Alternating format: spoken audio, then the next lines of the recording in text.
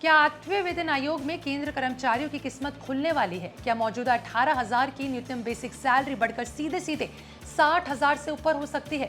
और क्या वाकई कर्मचारियों की सैलरी में 280% से ज्यादा की बढ़ोतरी होने वाली है? देखिए, पिछले कई दिनों से सोशल मीडिया और कई जगहों पर यही दावा किया जा रहा है, लेकिन क्या ये सच है या फिर सिर्फ एक प्रस्ताव पर आधारित चर्चा? इस वीडियो में हम आपको आसान भाषा में इसी बारे में बताएंगे कि 280% बढ़ोतरी की चर्चा आखिर क्यों शुरू हुई, फिटमेंट फैक्टर क्या होता है और अभी तक सरकार की तरफ से क्या स्थिति है।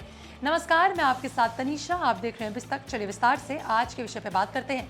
आठवें वेतन आयोग को लेकर केंद्र कर्मचारियों और पेंशनर्स के बीच उत्सुकता लगातार बढ़ी जा रही है। इसी बीच एक आंकड़ा सबसे ज्यादा चर्चा में है। दावा किया जा रहा है कि इस बार कर्मचारियों की बेसिक सैलरी में 280% तक की बढ़ोतरी हो सकती है, लेकिन सबसे पहले समझना जरूरी है कि आखिर 280% का आंकड़ा आखिर कहां से आ रहा है। दरअसल कर्मचारी संगठनों की ओर से सरकार और जो प्रस्तावित आठवें वेतन आयोग के लिए कई सुझाव दिए गए।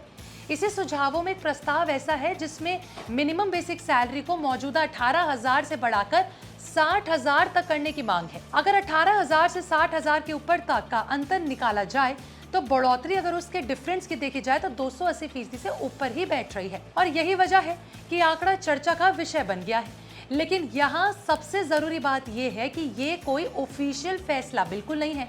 ये सिर्फ कर्मचारी संगठनों की तरफ से दिया गया एक सुझाव है। अभी तक आठवें वेतन आयोग पर कोई भी सिफारिश को लेकर अपडेट नहीं आया है, कोई मंजूरी नहीं मिली है। अब सवाल ऐसे में उठता है कि आखिर इतनी बड़ी बढ़ोतरी की मांग किस आधार पर की जा रही है। देखिए, इसका जवाब है फिटमेंट फैक्टर। आगे बढ़े उससे पहले फिटमेंट फैक्टर के बारे में जान लेते हैं। फिटमेंट फैक्टर वो गुणांक होता है जिसके आधार पर कर्मचारियों की नई बेसिक सैलरी तय की जाती है। आसान भाषा में कहें तो मौजूदा बेसिक सैलरी को इसी फैक्टर से गुणा किया जाता है, मल्टीप्लाई किया जाता है, फिर नई बेसिक सैलरी जो है उसे निकाला जाता है। सातवें वेतन आयोग में फिटमेंट फैक्टर को 2.57% रखा गया, यानी कर्मचारियों की बेसिक सैलरी इसी अनुपात पे बढ़ाई गई। अब कर्मचारी संगठन चाहते हैं कि आठवें वेतन आयोग में फिटमेंट फैक्टर को बढ़ाया जाए। कुछ संगठनों ने करीबन 3.833 का फिटमेंट फैक्टर सुझाया है। इसी प्रस्ताव के आधार पर न्यूनतम बेसिक सैलरी को 69,000 के ऊपर करने की संभावना जताई जा रही है। हालांकि ये केवल एक मांग है। अंतिम फिटमेंट फैक्टर क्या होगा, क्या फैसला आएगा, उसमें अभी समय है।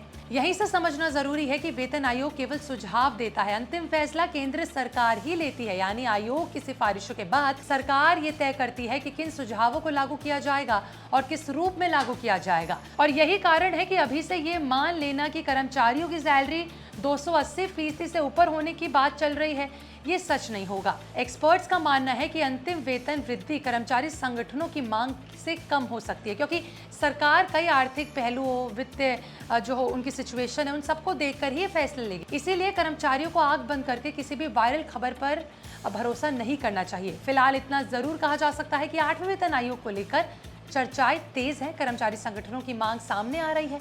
केवल 280% से ज्यादा की बढ़ोतरी अभी सिर्फ एक प्रस्ताव आधारित है। इस पर केंद्र सरकार की मंजूरी आनी बाकी है।